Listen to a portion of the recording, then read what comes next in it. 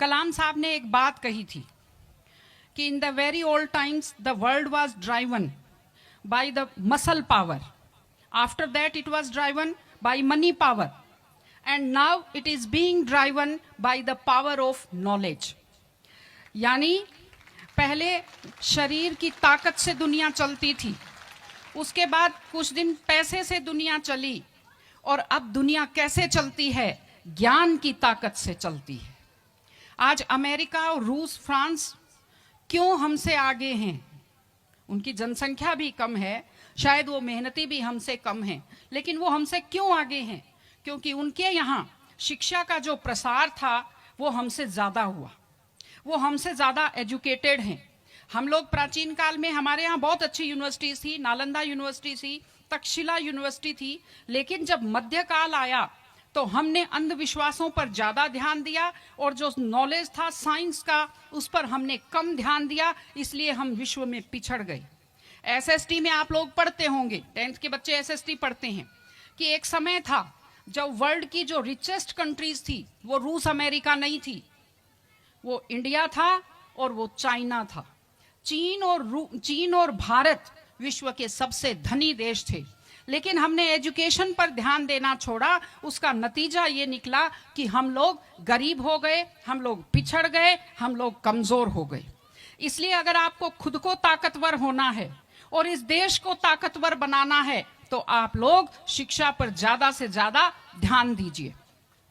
हमारी बेटियां यहां बैठी हुई हैं, आप लोग बहुत खुश किस्मत हैं, आपकी किस्मत अच्छी है कि आपने इस जमाने में जन्म लिया है जब लड़कियों को स्कूल भेजा जाता है, जब लड़कियां बराबरी के अधिकार के साथ आत्मसम्मान से जिंदगी जी सकती हैं। मैं अभी सोफे पर अकेली बैठी हुई थी, फिर उसके बाद शिफा जी आए और फिर उसके बाद संतोष जी आए, तो हमें जगह हमारी बढ़ती गई। मैंने कहा भाई पुरुषों सिंहासन खाली करो, महिलाएं आती हैं।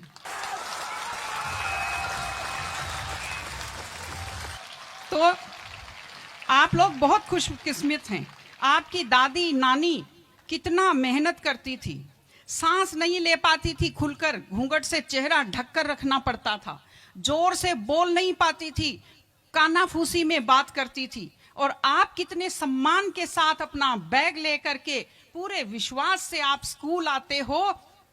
बहुत खुशकिस्मती की आपके लिए बात है, आपको इसका फायदा उठाना चाहिए। आपको कोशिश करनी चाहिए कि आप एक मजबूत नारी बने, और आपसे मैं कहना चाहती हूं कि आपके ऊपर बहुत विश्वास करते आपके पेरेंट्स आपको घर से बाहर भेजते हैं। अपने माता पिता को हमेशा अपने मन में रखिए। दूसरी चीज आप बच्चों से जो कहना चाहती हूँ, आजकल क्या है, पहले तो घर में बहुत सारे बच्चे होते थे, संयुक्त परिवार होता था, चलते ही कोई सिर में थप्पड़ मार देता था, बच्चों को बुरा नहीं लगता था, टीचर्स की मार खाते रहते थे, हंसते रहते थे। आजकल 1-2 बच्चे होते हैं घर में, बच्चे बहुत सेंसिटिव होते हैं। आप लोगों को जब आपके माता पिता टोकते हैं, आपके टीचर्स टोकते हैं, आपको बुरा लगता है। आपको बुरा नहीं लगना चाहिए, क्योंकि ये वो लोग हैं जो आपकी चिंता करते हैं। मैं आपको एक छोटा सा किस्सा सुनाऊंगी। एक गाय जंगल में चल रही थी, अचानक उसने देखा एक बाघ पीछे दौड़ा। गाय भी भागी जान बचाने के लिए, सामने दलदल था, वो दलदल में थोड़ा चली, वो दलदल में फंस गई।